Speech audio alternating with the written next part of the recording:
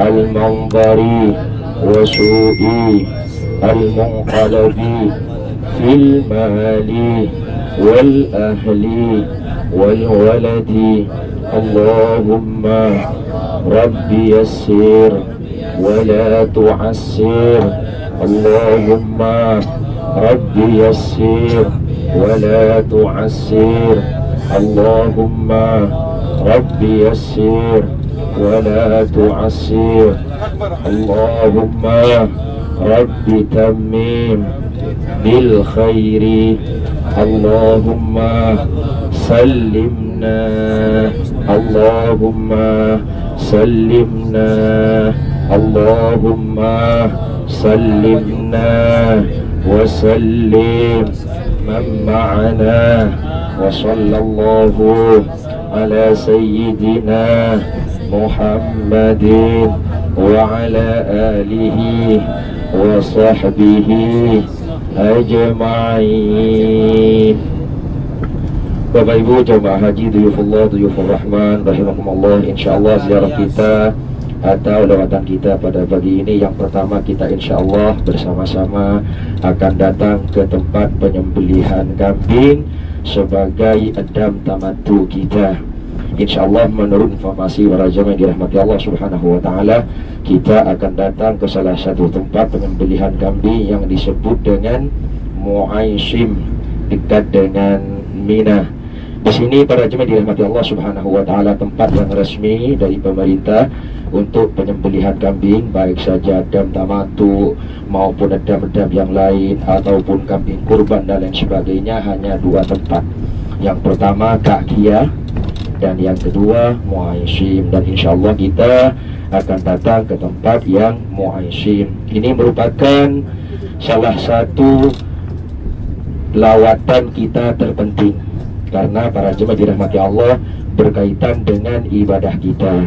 Karena ibadah haji kita ngambil cara haji tamattu, maka oleh agama diwajibkan kita harus menyembelih kambing sesuai dengan firman Allah dalam surah Al-Baqarah 196, faman tamatta'a bil umrati ilal haji famastaysara minal had.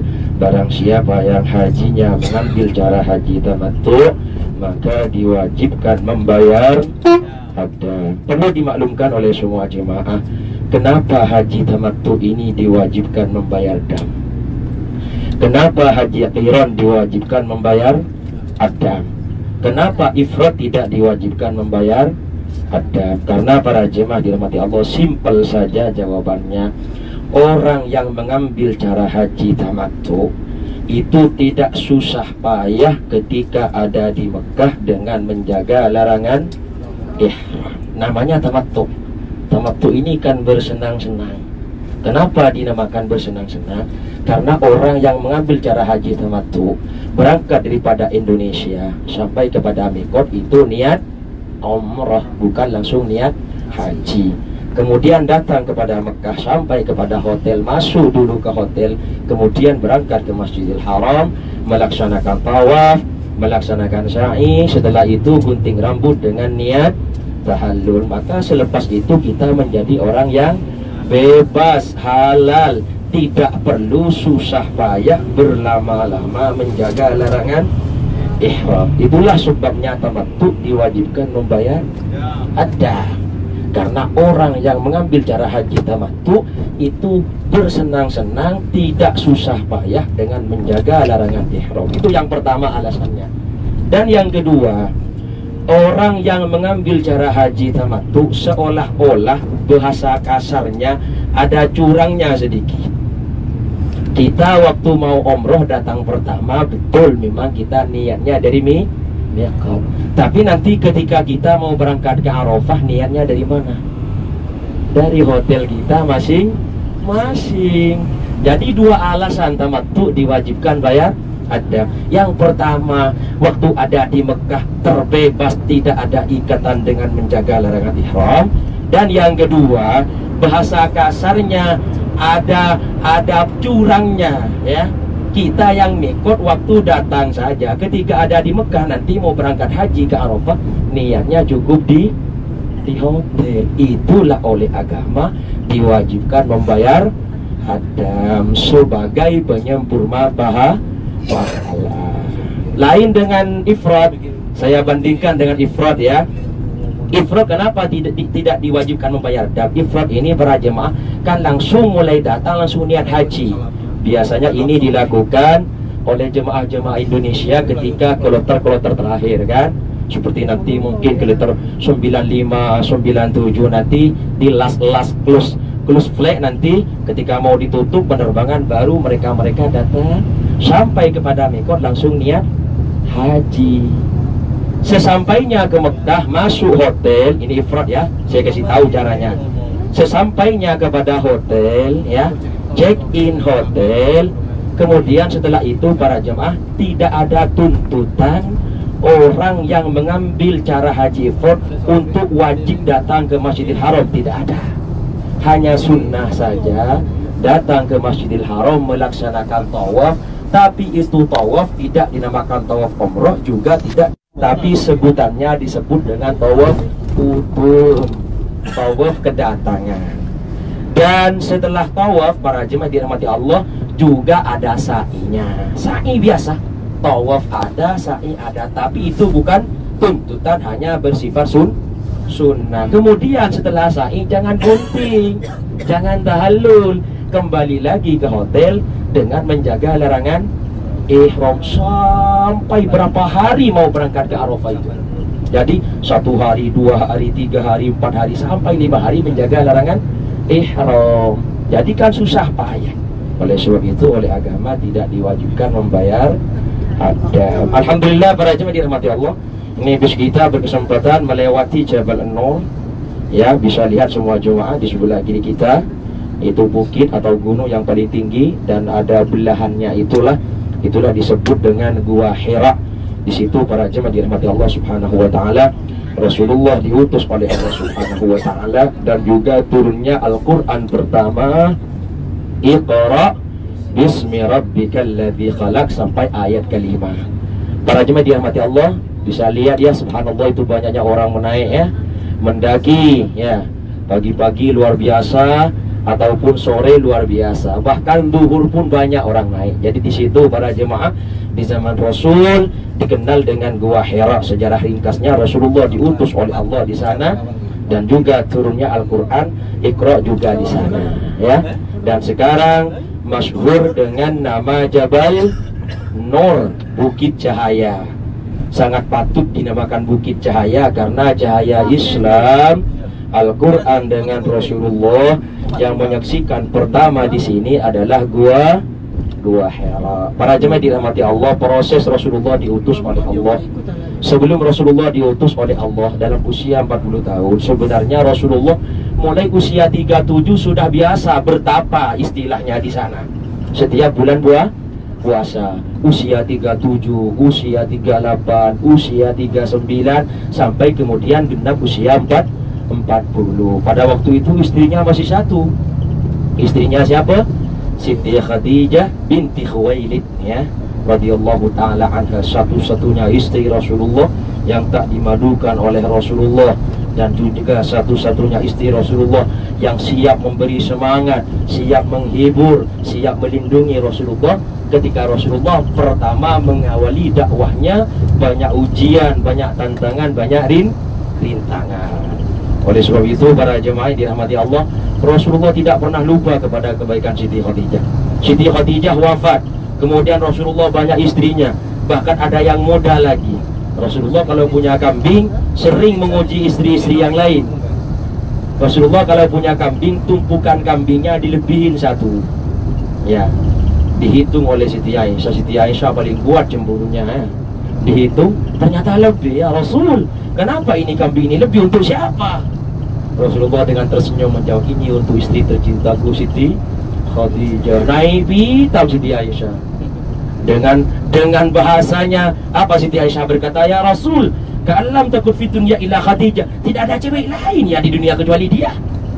Beliau sudah wafat, beliau sudah berlalu, ada saya sekarang.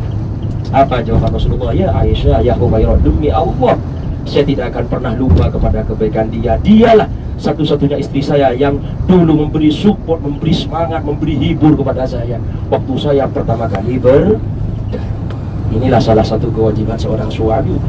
Jangan pernah lupa kepada kebaikan istri, insya Allah. Tapi istrinya seperti Siti Khadijah, ya. Ketika bertapa di sana membawa bawaan secukupnya, kalau tidak ada kembali. Tengok muka Rasulullah ceria, disambut dengan macam-macam sambutan oleh Siti Khadijah.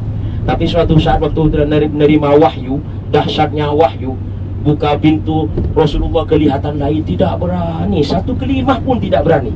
Meski sudah banyak dalam hati untuk diungkapkan, tapi waktu itu masih ditunda oleh Siti Khadijah. Coba kalau istri sekarang, ya, suami-suami dari luar capek-capek, ya, mungkin urusan tidak selesai, ceramah di depan pintunya. Jadi para jemaah dirahmati Allah, inilah salah satu kehebatan Siti Khadijah. Meski dari segi usia lebih tua, bahkan status jandanya bukan satu kali, ya, 2 kali mungkin status jandanya. Tapi itulah kehebatan Siti Khadijah. Alhamdulillah. Para jemaah dirahmati Allah Subhanahu wa taala, insyaallah sebentar ke depan kita akan memasuki kawasan tempat penyembelihan edam. Niatkan dalam hati bahwa semua jemaah ingin melaksanakan salah satu kewajiban edam tamattu. Banyak-banyak berdoa kepada Allah, mudah-mudahan edam yang telah disembelih nanti oleh para jemaah menjadi pahala yang sempurna sehingga dapat menutupi, ya, kepada semua pelaksanaan haji kekurangan-kekurangan yang terjadi nanti. Tentunya haji kita jauh daripada sempurna, manasiknya pun luar biasa jauhnya, lebih-lebih maulud dengan hati kadang tidak terkontrol. Mudah-mudahan dengan pahala dam yang sebentar lagi kita laksanakan menjadi dam yang diterima oleh Allah Subhanahu wa taala, sehingga pahalanya dapat menjadi penyempurna daripada semua kekurangan-kekurangan pelaksanaan haji kita, insya Allah. Para jemaah dirahmati Allah Subhanahu wa ta'ala, standar pelaksanaan adam tamattu, adam apapun harus disembelih di tanah haram Mekah dan harus dibagi kepada orang-orang yang patuh yang ada di kawasan tanah suci Mekah. Insya Allah nanti para jemaah dirahmati Allah,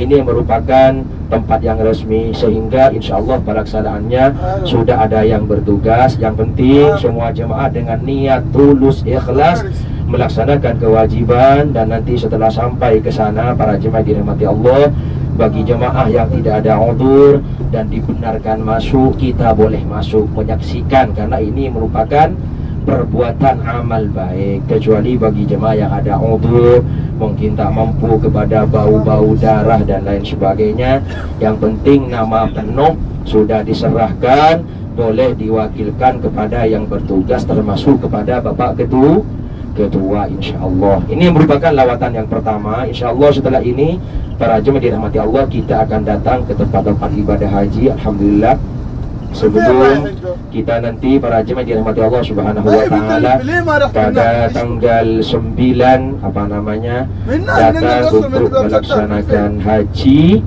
insya Allah kita terlebih dahulu diberikan kesempatan untuk mengetahui, ya, tempat wukuf Arafah, bermalam di Muzdalifah, dan juga tempat bermalam dan juga melontar jamarat di Mina, insya Allah. Jadi para jemaah dirahmati Allah, banyak-banyak doa kepada Allah Subhanahu wa taala. Mudah-mudahan kita diberikan sehat afiat sepanjang berada di tanah suci Mekah ini, dapat mengisi masa-masa kita, waktu-waktu kita dengan hal-hal yang positif, terlebih dengan banyak ibadah di Masjidil Haram, karena satu ibadah di sana lebih utama daripada 100.000 di luar tanah suci. Tentu ini merupakan anugerah oleh Allah Subhanahu wa taala yang diberikan kepada kita, maka harus dijaga betul, harus diambil peluang. Sebaliknya para jemaah kita berada di sini harus hati-hati, karena sebaliknya perbuatan jelek, perbuatan buruk di sini maka juga para jemaah Masya Allah akan berlipat ganda kemaksiatan atau dosanya yang dibagi oleh Allah kepada kita. Na'udzubillah. Ini para jemaah dirahmati Allah Subhanahu wa taala, habis kita lebih dekat mendekati tempat penyembelihan kambing yang disebut dengan mu'aisim ya. Sekali lagi nanti setelah sampai ke sana semua jemaah ikut aturan ya, sehingga penyelesaiannya lebih mudah, lebih sempurna, lebih gampang. Ini ke depan sebentar, habis kita mengambil arah ke kanan memasuki pelosok untuk menuju ke kawasan penyembelihan kambing yang disebut dengan mu'aisim. Para jemaah dirahmati Allah, sebenarnya kalau ikut kepada cara yang afdol secara fikih itu biasanya dam tamattu disembelih setelah hajian. Namun ya, melihat keadaan sekarang, kalau kita serentak menyembelih satu hari, bagaimana cara penyelesaiannya? Kita saja setiap hari sudah kadang ditutup oleh Kementerian Kehewanan berkaitan karena kadang kambing yang di dalam tidak diselesaikan dengan baik. Maka dalam mazhab kita Syafi'i, ad-dam tamattu sudah boleh disembelih meski sebelum hajian. Yang penting kita sudah melaksanakan umrah ya. Dan juga para jemaah dirahmati Allah, adab ini cukup satu kali meski kita melaksanakan umrah banyak kali ya. Jadi masalahnya sebelum ini jemaah sudah berkali-kali melaksanakan umrah, tidak ada masalah. Ataupun nanti setelah menyembelih kambing dam tamattu ini tiba-tiba melaksanakan umrah lagi banyak kali, itu tidak perlu menyembelih dam lagi. Beberapa umrah yang dibuat oleh kita, yang dikerjakan oleh kita sebelum pelaksanaan haji, itu damnya cukup satu. Jadi seperti tadi alasannya ya, kita diwajibkan membayar dam karena kita tidak susah payah menjaga larangan ihram, bebas ganti pakaian, menutup kepala. Lain dengan orang yang haji ifrad ya. Haji ifrad sudah susah payah 5 hari tidak boleh mandi. Nah istilahlah kalau mandi berarti bulu-bulunya mungkin akan jatuh ya.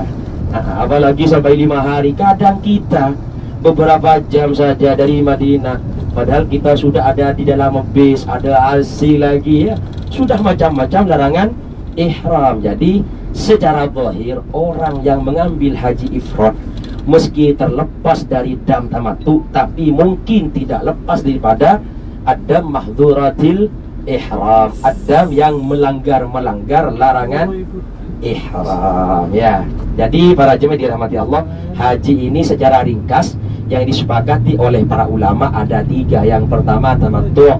Tamattu ini umroh dulu, kemudian setelah hajian melaksanakan haji. Umroh yang dimaksud adalah umroh di bulan-bulan haji. Yang dimaksud bulan haji adalah bulan Syawal penuh, bulan Dzulqa'dah penuh, dan 10 hari bulan haji. Sesiapa yang melaksanakan umroh sebelum ini, kemudian hajinya haji, maka wajib membayar adab dengan dengan syarat-syaratnya. Lain dengan umroh bulan puasa. Ada seseorang umroh bulan puasa ya, kemudian Syawalnya tidak melaksanakan umroh, Dzulqa'dahnya tidak melaksanakan umroh, hajiannya haji. Itu bukan haji tamattu. Yang dimaksud dengan umroh sebelum haji adalah melaksanakan umroh di bulan-bulan haji. Yang dimaksud bulan haji adalah bulan Syawal, Dzulqa'dah, dan juga 10 hari daripada bulan Dzulhijjah. Ini tamattu ya. Jadi umroh dulu kemudian haji. Kalau ifrad sebaliknya, haji dulu, nanti setelah hajian kita melaksanakan umrah. Tak wajib bayar dam ifrad ini. Yang ketiga qiran. Qiran ini bersamaan. Apa maksudnya bersamaan ya? Kita kelakuan yang diamalkan, yang dikerjakan manasik-manasik haji saja, tapi niatnya digabungkan 2, double, haji dengan umroh. Jadi curang dalam niat ya kan. Pekerjaannya haji, tapi niatnya saya mau haji dan umroh dan berihram dengan keduanya karena Allah Ta'ala. Kemudian talbiyahnya labbaik Allahumma bihajjatin wa umratin ya. Maka ini juga qiron diwajibkan membayar adam dengan syarat-syaratnya sama dengan caranya tamattu. Dan ini juga tergambar di haji Rasulullah. Rasulullah haji 1 kali, tapi waktu itu orang yang haji bermacam-macam. Rasulullah tidak menuntut kepada sahabat, haji kamu caranya harus ikut dengan saya, tidak. Siti Aisyah sendiri para jemaah daripada Madinah mau umroh dulu. Artinya Siti Aisyah mau ngambil cara haji tamattu. Kemudian Siti Aisyah setelah mau masuk ke Mekah ternyata haid sehingga tidak dapat menyelesaikan umrohnya. Maka akhirnya haji Siti Aisyah dirubah daripada tamattu kepada qiron. Itulah setelah hajian minta izin lagi kepada Rasul untuk umroh, untuk kepuasan, tak puas hati Siti Aisyah. Akhirnya diberi izin oleh Rasul, akhirnya umroh lagi. Tapi Rasulullah tak umroh.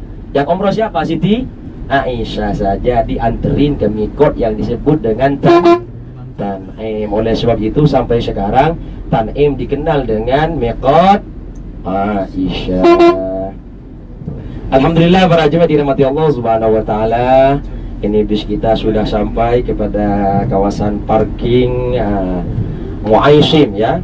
Bisa lihat kanan kiri kita macam-macam kambing, mulai dari yang harga murah standard, yang luar biasa ya. Para jemaah dirahmati Allah ya.